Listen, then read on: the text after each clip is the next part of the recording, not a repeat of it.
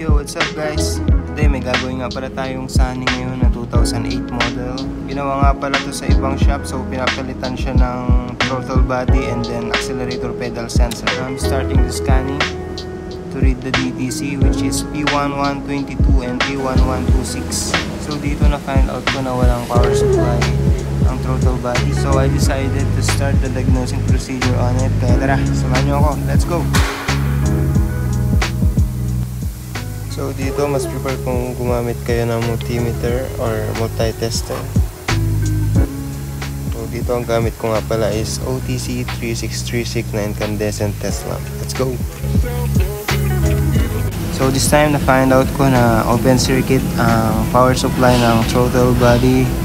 Kaya napag-decidean ko na mag-wire to wire ako para hanapin yung putol na wire. Kaya let's go!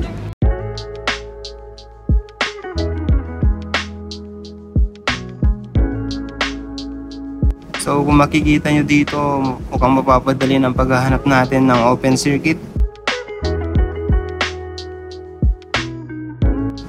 So andito lang yan between this area and to this. So dito I decided to unwrap the insulator para makita natin ang exact location ng open circuit.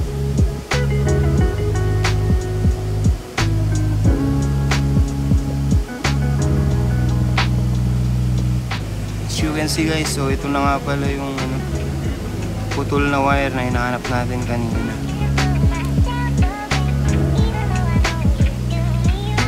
So repair na natin to.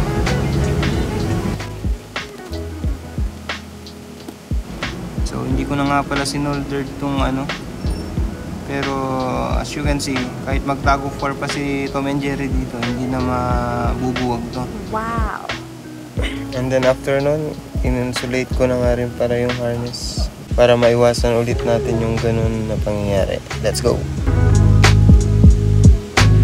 Then ito na nga pala yung finished product for the views.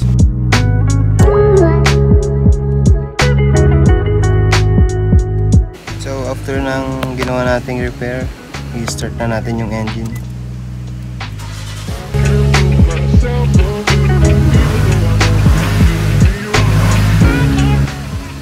And as you can see at this time, maabot na siya ng 5,000 RPM. So kanina bago natin umpisahan to at dito ng customer is nasa below 3,000 lang siya and almost 2,000 RPM. Let's go! At this time, i-clear na natin dito yung DTC or yung detected trouble code. Check ulit natin kung meron pa rin. So as you can see dito, wala ng DTC. See you on the next vlog!